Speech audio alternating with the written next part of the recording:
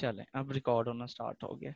तो उसकी मैंने एक पीडीएफ फाइल बना ली है। वन बाय वन मैं एक एक चैप्टर करके इसको डिस्कस करूंगा। जिन लोगों के पास किताबें हैं ना, वो किताबें खोल लें तो ज्यादा बेहतर है, क्योंकि सामने जब आपके पास किताब खुली होगी तो आपको ये पता चल रहा होगा कि मैंने कौन सा पॉइंट इंक्लूड किया है और कौन सा पॉइंट मैंने इंक्लूड नहीं किया।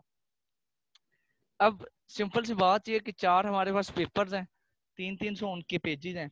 अब हम उन सबको याद नहीं कर सकते, तो और टेस्ट भी क्योंकि एमसीक्यूज बेस्ड होता है या इंटरव्यू में बड़े टारगेटेड सवाल पूछे जा सकते हैं। सो हम कर ये सकते हैं कि based on our time limit अपनी को टारगेटेड सी तैयारी कर लें। तो उस हवाले से ये मैंने मटेरियल बनाया है। मैंने खुद भी ये जब पीपीएससी के पेपर देने हैं तो मैं इसी को फॉलो करूंगा। तो जिसने पीपीएससी के पेपर देने हैं या एमफिल के टेस्ट में अपीयर होना है, दोनों लोग ही बचाए अगर बुक पढ़ने के, अगर यही मटेरियल पढ़ लेंगे और उसको अंडरस्टैंड कर लेंगे तो इंशाल्लाह उनके लिए जो है वो बहुत बेहतर हो जाएगा। सो अब मैं करने लगा हूँ स्टार्ट। हमारा जो पहला चैप्टर है पेपर ए का, वो है जी डाइवर्सिटी ऑफ प्लांट्स। इस इस टॉपिक का इंट्रोडक्शन है ज्यादातर इस चैप्टर के अंदर। हम 9वीं 10वीं। अहमद भाई सॉरी यार, मैं आपको इंटरप्ट कर रहा हूँ। मुबर्रा का कनेक्ट नहीं हो रहा, वो कह रही है मुझे कनेक्ट करवा दें। यार उनको कोई पर्सनल टेक्स्ट मैसेज करे कि उनकी मोबाइल फोन की लेफ्ट साइड पे नीचे नीचे वहां पर एक ऑप्शन होगा जॉइन ऑडियो का, उसको क्लिक वो करेंगे तो लैपटॉप पे कर रही है, लैपटॉप पे कर रही है। लैपटॉप पे भी मैं आपको बता देता हूँ, 1 मिनट जरा।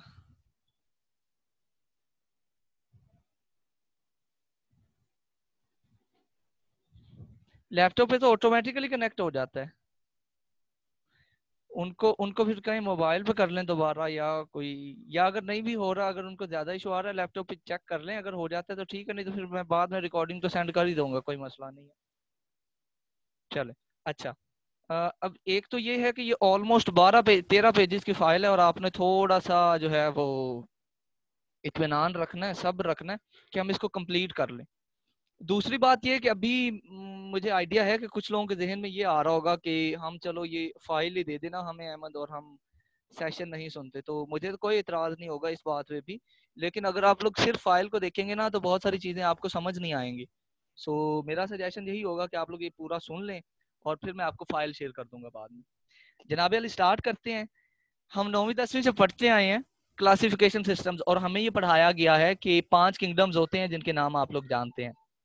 लेकिन पेपर ए में 2 क्लासिफिकेशन सिस्टम्स का जिक्र है। एक तो वही किंगडम क्लासिफिकेशन जो हम शुरू से पढ़ते आए हैं जिसमें 5 किंगडम है। पहला kingdom Monera, protista, fungi, Plantae और एनिमिलिया। मैं इनके दो दो तीन तीन करेक्टर आपको बताता हूँ।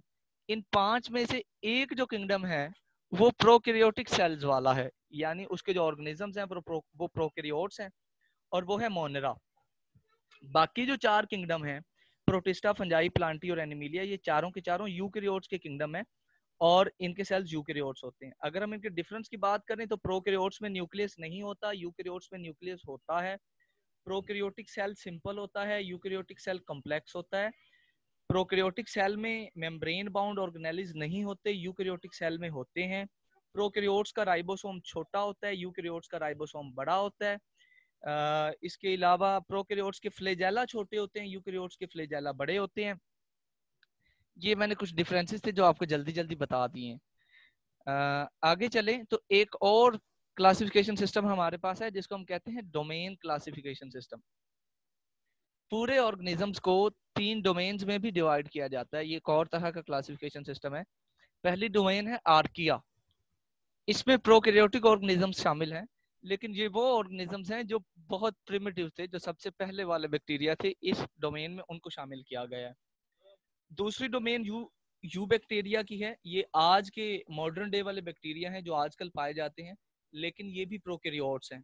तो 3 में से जो हमारी 2 डोमेन्स हैं वो प्रोकैरियोटिक ऑर्गेनिजम्स पे मुश्तमिल हैं, और जो तीसरी डोमेन है यूकेरिया वाली, इसमें सारे के सारे यूकैरियोट्स इंक्लूडेड हैं।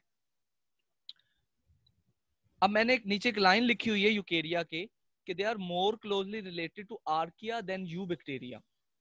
हमें एवोल्यूशनरी प्रूव्स ये बताते हैं कि जो आज वाले यूकैरियोटिक ऑर्गेनिजम्स हैं ये आज के बैक्टीरिया की निस्बत जो पुराने बैक्टीरिया हैं उनसे ज्यादा क्लोजली रिलेटेड हैं। इस बात का मतलब ये हुआ कि जो आज वाले यूकैरियोट्स हैं वो आज वाले बैक्टीरिया से इवॉल्व नहीं हुए, बल्कि वो डायरेक्टली इवॉल्व हुए थे पुराने बैक्टीरिया से, जिनको हम आर्किया भी कहते हैं। ये पॉइंट काफी इंपॉर्टेंट है एमसीक्यूज के हवाले से कि जो यूकेरियोट्स हैं वो किससे ज्यादा मोर क्लोजली रिलेटेड है। अगला जो हमारा टॉपिक है that is concept of evolution in plant diversity, यानी जो आज हमारे पास प्लांट्स की डाइवर्सिटी है, इनके डिफरेंट ग्रुप्स किस किस तरह से और किस किस टाइम पे इवॉल्व हुए। जो सबसे पहला पीरियड हमें मिलता है एवोल्यूशन का, इसमें कहा जाता है कि जो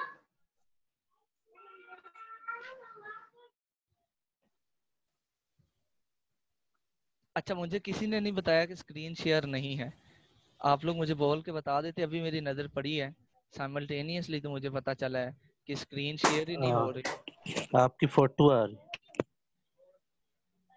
चले, अब जो है स्क्रीन शेयर कर दी है मैंने।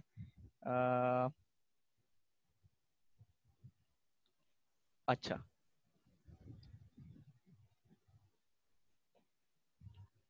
ठीक है चले, टेक्स्ट मैसेज आ रहे थे मैंने देखे नहीं, गुड हो गया। चले, तो जनाब मैं बात कर रहा था पीरियड्स ऑफ एवोल्यूशन की। अगर एक पेज मिस हो भी गया तो आपके साथ शेयर हो जाएगा, कोई मसला नहीं। तो मैंने कहा पहले पीरियड में प्लांट ओरिजिनेट हुए थे अपने एक्वेटिक एंसेस्टर से। अब एक्वेटिक एंसेस्टर्स आप सबको पता है कि वो एल्जी हैं। तो कहा जाता है कि प्लांट्स की एवोल्यूशन हुई ब्लू ग्रीन एल्जी से। कुछ दिन पहले मैं एक रिसर्च पढ़ रहा था, तो अब ये वाला जो कॉन्सेप्ट है इसको निगेट कर दिया गया है, यानी अब कहा जाता है कि ये एलजी के बजाय ब्लू ग्रीन एलजी यानी साइनोबैक्टीरिया से प्लांट्स जो हैं इवॉल्व हुए हैं।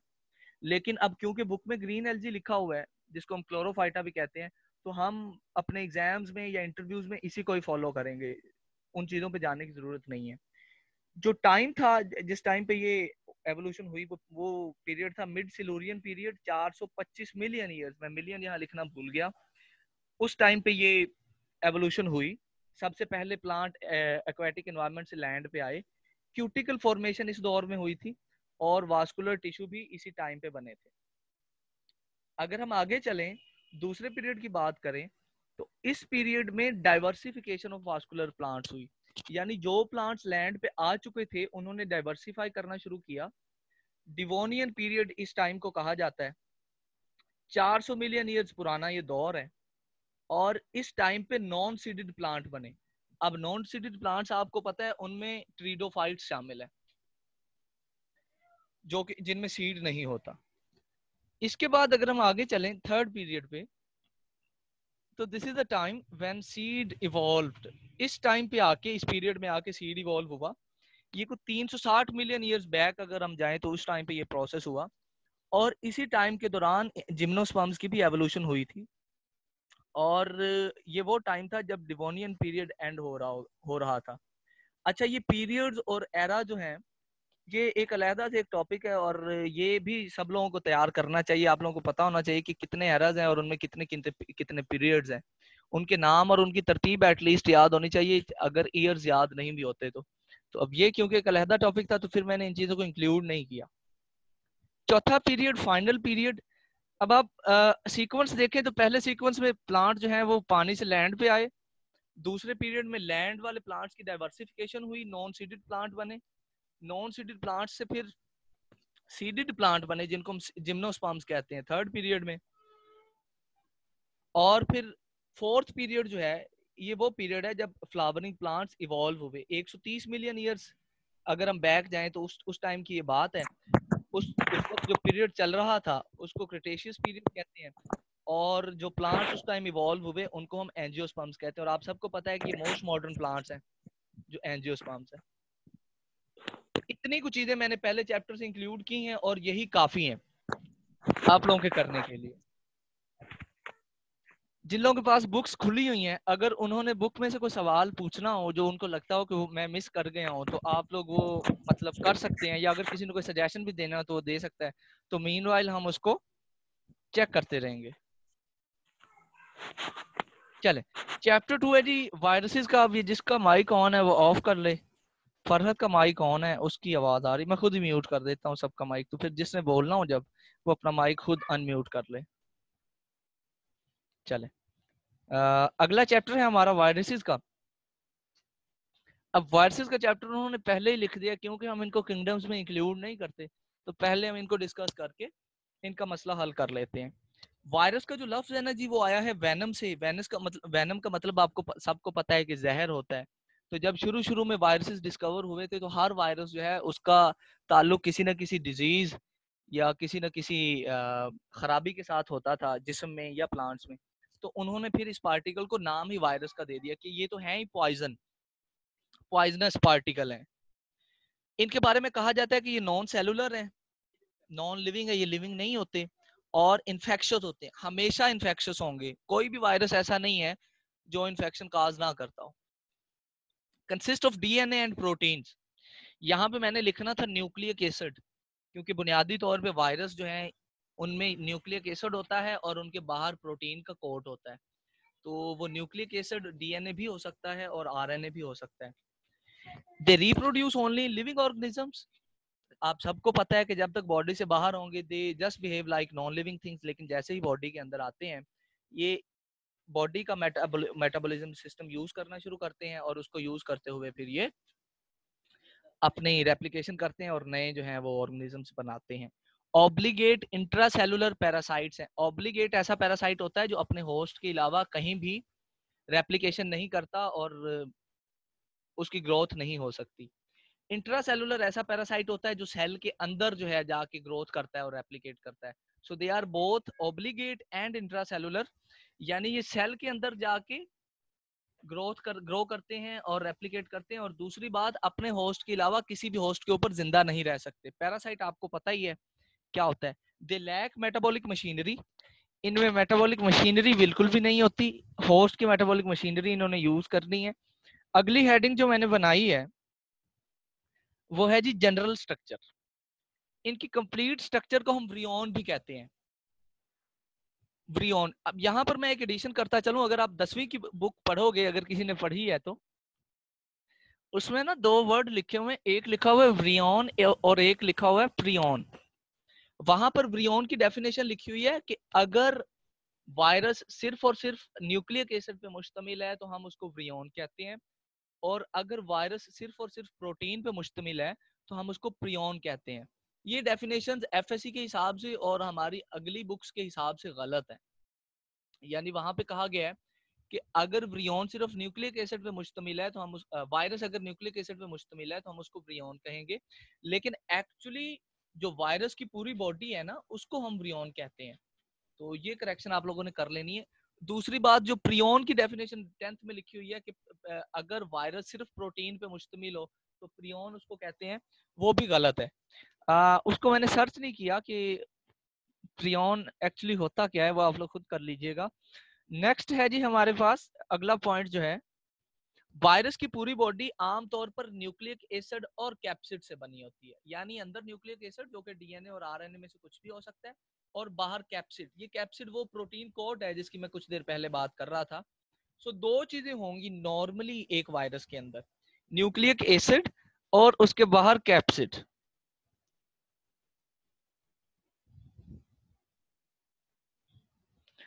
अच्छा, इन दोनों चीजों को हम कलेक्टिवली न्यूक्लियोकैप्सिड भी कहते हैं। यानी वो वायरस जो कि दो चीजों से बना हुआ है, न्यूक्लिक एसिड और कैप्सिड से, उसको हम कलेक्टिवली न्यूक्लियोकैप्सिड भी कह सकते हैं। कैप्सिड गिव्स प्रोटेक्शन, जो बाहर वाला प्रोटीन कोट है, एक चीज वो प्रोटेक्शन देता है वायरस को, अलाउज अटैचमेंट, जब वायरस ने किसी सेल पे हमला करना होता है तो उसको अटैचमेंट में हेल्प करता है, एंड प्रोवाइड्स प्रोटीन्स, और वायरस को प्रोटीन्स भी प्रोवाइड करता है अपनी रेप्लिकेशन के लिए या अपनी अटैचमेंट के लिए। अच्छा, एक एडिशनल चीज कुछ वायरसेस में होती है और वो होता है इनवेल्प। ये इनवेल्प कैप्सिड के बाहर मौजूद होता है, कुछ वायरसेस में होता है और कुछ वायरसेस में नहीं होता। जिन वायरसेस में ये इन्वेल्प होता है उन वायरसेस को हम इन्वेलप्ड वायरसेस कहते हैं, और जिन वायरसेस में ये नहीं होता उनको हम कहते हैं नेकेड वायरसेस या नॉन इन्वेल्प्ड वायरसेस। इस इन्वेल्प के बारे में जनाब कहा जाता है कि इसका ताल्लुक पैथोजेनिसिटी के साथ है। यानी इसकी वजह से, इस इन्वेल्प की वजह से वायरस में पैथोजेनिसिटी आ सकती है या इसका किरदार है पैथोजेनिसिटी में। इसके अलावा एक और स्ट्रक्चर वायरसेस में मौजूद हो सकती है जिसको हम स्पाइक्स कहते हैं। ये स्पाइक भी कैप्सिड के बाहर होते हैं और इनका काम अटैचमेंट होता है। न्यूक्लिक एसिड के बारे में मैंने आपको पहले बताया कि डीएनए भी हो सकता है और आरएनए भी हो सकता है, और डीएनए और आरएनए दोनों सिंगल स्ट्रैंडेड भी हो सकते हैं और डबल स्ट्रैंडेड भी हो सकते हैं। सो हमारे पास वायरस के अंदर 4 टाइप्स बन सकती हैं उसके न्यूक्लिक एसिड के हवाले से: single stranded DNA, double stranded DNA, single stranded RNA और डबल स्ट्रैंडेड आरएनए। इसके अलावा वायरस जो है वो हैप्लॉइड और डिप्लॉइड भी हो सकता है, यानी जो उसके अंदर डीएनए है उसकी 2 कॉपीज भी हो सकती हैं और 1 कॉपी भी हो सकती है।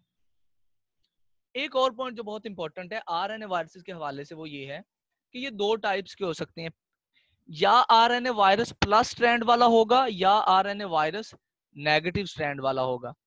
अब इसको जरा समझ लें कि प्लस स्ट्रैंड और नेगेटिव स्ट्रैंड का क्या मतलब है। आप लोगों को पता है कि आरएनए वायरस जो है वो बना होता है आरएनए का, और आरएनए से डायरेक्टली प्रोटीन बननी होती है, ये तो सब लोगों को क्लियर होगा। अब अगर आरएनए वायरस प्लस स्ट्रैंड वाला है तो जब वो सेल के अंदर जाएगा तो ये सिंपली एक काम करेगा, ये उस सेल की मशीनरी को यूज करेगा और जो इसकी एक्चुअल पेरेंट स्ट्रैंड है आरएनए की, जो इसका एक्चुअल न्यूक्लिक एसिड है, ये उस उसको राइबोसोम्स को यूज करते हुए उससे डायरेक्टली प्रोटीन्स तैयार करवा लेगा। यानी जो इसकी प्लस स्ट्रैंड होगी वही यूज होगी इसकी प्रोटीन्स को बनाने के लिए। नेगेटिव स्ट्रैंड में चक्कर ये होता है कि ये असल में कंप्लीमेंट्री स्ट्रैंड होती है। जब नेगेटिव स्ट्रैंड वाला आरएनए वायरस एक बॉडी के अंदर जाएगा तो पहले उसकी नेगेटिव स्ट्रैंड कन्वर्ट होगी डीएनए के अंदर, यानी उससे कंप्लीमेंट्री डीएनए बनेगा, और फिर उस कंप्लीमेंट्री डीएनए से इस नेगेटिव स्ट्रैंड के ऑपोजिट, इस नेगेटिव स्ट्रैंड के उलट एक स्ट्रैंड बनेगी जो इसके जिसका सीक्वेंस जो है इसके उलट होगा और प्रोटीन्स उससे बनेंगी। तो ये डिफरेंस आप लोगों ने याद रखना है जनाब, कि प्लस स्ट्रैंड से डायरेक्टली प्रोटीन्स बन जाती हैं जो वायरस ने यूज करनी होती है, और नेगेटिव स्ट्रैंड से पहले डीएनए बनता है और वो डीएनए दोबारा आरएनए में कन्वर्ट होता है जो कि नेगेटिव स्ट्रैंड का उलट होता है, तो उससे फिर प्रोटीन बनती है आगे। इसके बाद मैंने रेट्रोवायरसेस के हवाले से 2-4 लाइनें इंक्लूड की हैं। ये आरएनए वायरसेस होते हैं और इनमें आप लोगों को पता है एक स्पेशल एंजाइम होता है रिवर्स ट्रांसक्रिप्टेज, जिसमें ये एबिलिटी होती है कि वो आरएनए को डीएनए में चेंज कर दे। 2 टाइप्स लिखी हुई थी बुक के अंदर तो मैंने जरूरी समझा कि इनको डिस्कस कर लूं रेट्रोवायरसेस की। एक टाइप है ओंकोवायरस। अब ये वो वायरसेस हैं बुनियादी तौर पर जो कैंसर काजिंग होते हैं, जो कैंसर काज करते हैं। आपने ट्यूमर्स का नाम सुना होगा, ये ट्यूमर्स भी कॉज करते हैं बॉडी में। तो ऑन्कोजीन्स से जीन्स को आप जरा जहन में लाएं जो सेल्स की डिवीजन को कंट्रोल करते हैं, उसी नाम से इनको याद रखें कि ये ऑन्को वायरसेस वो वायरसेस हैं जो कि ट्यूमर बनाने में हेल्प करते हैं। यानी ट्यूमर बनाने में हेल्प तो नहीं करते, ट्यूमर बनाते हैं बॉडी के अंदर। दूसरा वायरस हमारे पास एचआईवी वायरस है, ये भी रेट्रोवायरस होता है और इसमें भी रिवर्स ट्रांसक्रिप्टेज मौजूद होता है। अगला जो हमारे पास आर्टिकल है that is replication in viruses.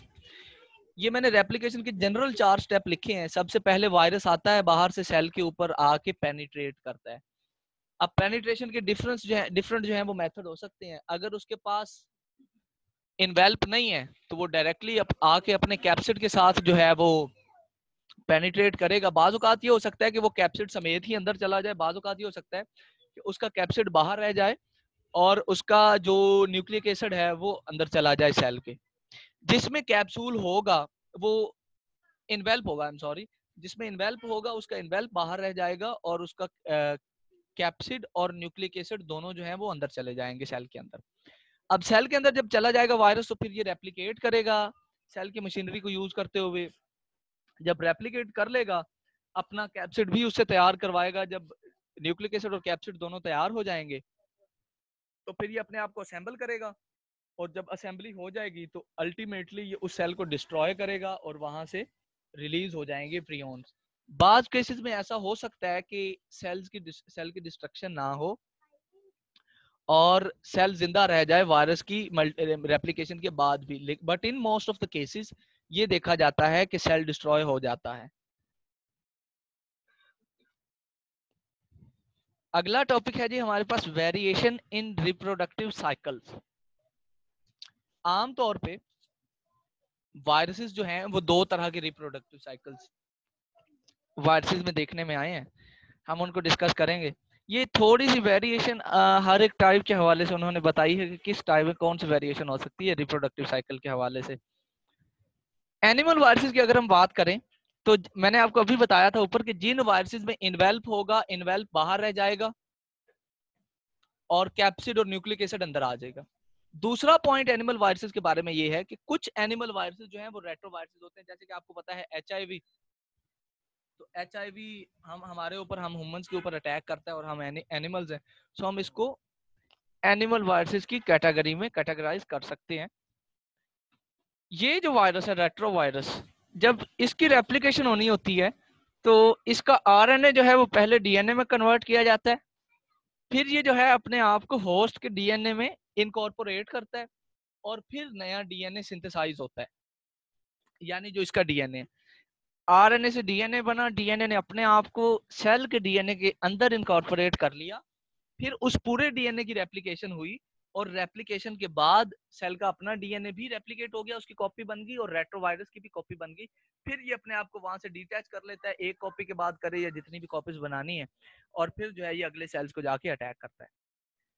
Plant viruses के बारे में मैंने यहाँ लिखा है कि मोस्टली दे आर आरएनए, वो आरएनए वायरसेस होते हैं, बहुत कम वायरस ऐसे होंगे जो डीएनए होंगे। तो अगर प्लांट वायरस के बारे में कोई एमसीक्यूज आता है तो ऑन तुक्का सिस्टम हम जनरली ये भी कह सकते हैं कि वो आरएनए होते हैं। अच्छा, प्लांट वायरसेस की ट्रांसमिशन दो तरह से होती है, हॉरिजॉन्टल ट्रांसमिशन या वर्टिकल ट्रांसमिशन। हॉरिजॉन्टल ट्रांसमिशन ये है कि कोई एक्सटर्नल सोर्स होगा और उससे प्लांट में ट्रांसमिट हो गया वायरस, और वर्टिकल ट्रांसमिशन ये है कि एक प्लांट से दूसरे प्लांट में वायरस ट्रांसफर हो गया। उसके बाद फेज वायरस के हवाले से एक टॉपिक था। फेज वायरस वो वायरस होते हैं, फेज वायरस वो वायरस होते हैं जो कि बैक्टीरिया पे अटैक करते हैं। बैक्टीरिया पे अटैक करने वाले जो वायरस हैं उनको हम फेज वायरसेस कहते हैं, और इनकी दो टाइप्स हैं जो बुक में लिखी हुई थी, T2 और T4। यानी ये नाम है फेज वायरसेस के, ऐसे वायरस जो बैक्टीरिया पे अटैक करते हैं। तो इनकी स्ट्रक्चर आप लोगों ने एफएससी में पढ़ी होगी। हेड होता है और नीचे टेल होती है, टेल में जो है वो हेयर लाइक स्ट्रक्चर्स होती हैं, टेल और हेड के दरमियान एक कॉलर होता है। इनमें दो तरह के लाइफ साइकिल ऑब्जर्व किए जाते हैं, एक लाइफ साइकिल है लाइटिक साइकिल और दूसरा है लाइसोजेनिक साइकिल। इन पे मुझे 2 मिनट लगेंगे आप लोगों को एक्सप्लेन करते हुए। लाइटिक साइकिल में जनाब क्या होता है कि वायरस आता है, वो बैक्टीरियल सेल पे अटैक करता है और उसके अंदर आके अपने आप को रेप्लिकेट करवाना शुरू करता है उसकी मशीनरी यूज करके। जब काफी रेप्लिकेशन हो जाती है, 10 15 20 कॉपीज बन जाती है, तो फिर ये उस सेल को डिस्ट्रॉय करके रिलीज हो जाता है और फिर अगले सेल को अटैक करता है। अब इस प्रोसेस को कहते हैं लाइसिस का प्रोसेस, यानी सेल की लाइसिस हो गई, सेल की डेथ हो गई, सेल डिस्ट्रॉय कर गया। अब ये पहला साइकिल है। इस केस में सेल की डेथ मस्ट है, कॉपीज बनेगी वायरस की, जब कॉपीज बन जाएंगी तो उसके बाद सेल को डिस्ट्रॉय करके वायरस अपने अगले सेल पे चला जाएगा। लाइसोजेनिक साइकिल थोड़ा सा डिफरेंट है। इसमें जब वायरस सेल बैक्टीरियल सेल के अंदर आता है तो ये आके उसके डीएनए में इनकॉर्पोरेट हो जाता है, और इनकॉर्पोरेट होने के बाद सिंपल रेप्लिकेशन होती है, बैक्टीरिया एक नया बैक्टीरिया बनाता है। अब ये रेप्लिकेट हो गए, उसमें भी चला गया, फिर रेप्लिकेशन हुई, ये फिर अगली नस्ल में चला गया। तो generation to generation without giving any harm to the bacteria, it remains present in the DNA of the bacterial cell. अब 5 10 15 जनरेशन तक जब तक इसकी मर्जी है ये मौजूद रहेगा वहां और रेप्लिकेट होता रहेगा। यानी ये एक सेल में आया था और 1 से 2000 या 4000 या 5000 सेल्स में चला गया और किसी बैक्टीरियल सेल को नुकसान नहीं पहुंचा। अब ये है लाइसोजेनिक सेल, लाइसोजेनिक साइकिल। इसको, इस प्रोसेस को बोलते हैं लाइसोजेनी। यानी वायरस आया और वो इनकॉर्पोरेट हो गया, 10 15 20 साइकिल्स के बाद जब उसका दिल करेगा वो अपने आप को रिलीज करेगा और अपनी कॉपीज बनवाएगा और सेल को डिस्ट्रॉय कर देगा। यानी अल्टीमेट फेट लाइसोजेनिक साइकिल का भी लाइटिक साइकिल ही होगा। जब वायरस का दिल करेगा, जब उसका मूड बनेगा, तो वो अपने आप को बैक्टीरियल डीएनए से निकालेगा और जनाबे आली रिलीज हो जाएगा। वायरल डिजीजेज इन एनिमल्स अगला हमारा टॉपिक है। इसमें मैंने पहली डिजीज एड्स इंक्लूड की है, आपको पता है। ये ना हमारी बॉडी में कुछ सेल्स होते हैं टी लिम्फोसाइट्स, जिनको हम व्हाइट ब्लड सेल्स भी कहते हैं, और इनका रोल होता है इम्यून सिस्टम में, तो ये उनको डैमेज करती है। दूसरी मैंने डिजीज इंक्लूड की है कैंसर। ये मैंने आपको पहले ही बता दिया कि इनको ट्यूमर वायरसेस भी कहते हैं और इनमें ऑन्कोजीन्स होते हैं। तीसरी बीमारी हेपेटाइटिस है, आप लोगों को पता है। चौथी बीमारी जो है वो पोलियो है। पोलियो के बारे में मैंने यहाँ एक लाइन लिखी है, that they are the smallest viruses. Size के हिसाब से सबसे छोटे वायरस जो है ना जी, वो पोलियो वायरसेस होते हैं। फिर इन्फ्लुएंजा और कोल्ड, आपको पता है ये नजला जुकाम वगैरह जो होता है, इनके बारे में मैंने एक लाइन लिखी है कि इन्वेलप्ड आरएनए वायरसेस हैं, यानी इनमें इन्वेल्व होता है, और सॉरी ये, हाँ जी, ये आरएनए वायरसेस ही हैं। और लास्टली स्मॉल पॉक्स, ये होते डीएनए वायरसेस हैं और इन्वेल्प्ड होते हैं। Viral diseases in plants, TMV tobacco mosaic virus. अच्छा, अब हमारे पहले 40 मिनट सेशन के 2 मिनट रह गए हैं, सो मैं इसको यहाँ पर रोकने लगा हूँ, ब्रेक लगाने लगा हूँ। मैं भी थोड़ी सी रेस्ट कर लूँ और आप लोग भी कर लें। अभी हमारे पास 2 मिनट हैं। सो बाय फार अभी तक आप, मैं चाहता हूँ कि आप सारे लोग मुझे फीडबैक दें कि यहाँ तक जो चीजें हमने स्टडी करने की कोशिश की है, उस अब अगला सेशन जो हमने करना है उसको हम किस तरह से इम्प्रूव करें, या अगर किसी को कोई सवाल भी है तो वो भी पूछ सकते हैं। 1.5 मिनट रह गया है। इस सेशन के बाद हम रेस्ट लेंगे, उसके बाद फिर मैं दोबारा ज्वाइन करूंगा। अगर किसी बंदे का दिल करे तो वो दोबारा भी ज्वाइन कर सकता है। 41 मिनट का हमारा एक और सेशन होगा। 5-7 मिनट की हम ब्रेक ले सर लेंगे। सर आपने कमाल का लेक्चर दिया, मजा आ गया। मुझे पता था तुमने यही कहना है। प्यारे सर, मैं तो तब से सुन रहा हूँ खामोशी से। चलो अच्छा, और कोई? कि मुझे लगता है सारे जो है ना मुझे लालच लगा के चले गए हैं, सो गए हैं। नहीं यार, इधर ही है भाई वो। नहीं हम सुन तो रहे कहते हैं हैं। आप जारी रखें, देख ना ले। अच्छा, कोई सवाल किसी का, किसी को कोई सजेशन?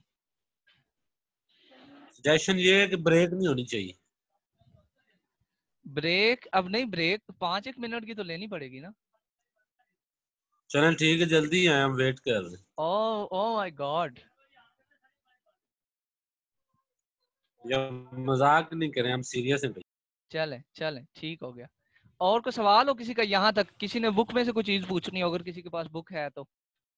ये अभी सेशन होने वाला एंड 5:40 पे, आपने 5:45 पे सबने दोबारा आ जाना है। 14 से 9 लोग रह गए हैं, मुझे उम्मीद है 2-3 और गायब हो जाएंगे, 5-6 ही हम रह जाएंगे। यही सेशन कंटिन्यू होगा कि नया पासवर्ड आएगा, आईडी पासवर्ड? नहीं नहीं, वही से क्लिक करें बस, 5:45 पे दोबारा क्लिक करें आप सारे लोग और आ जाएंगे आप लोग। चलें ठीक हो गया। हाँ।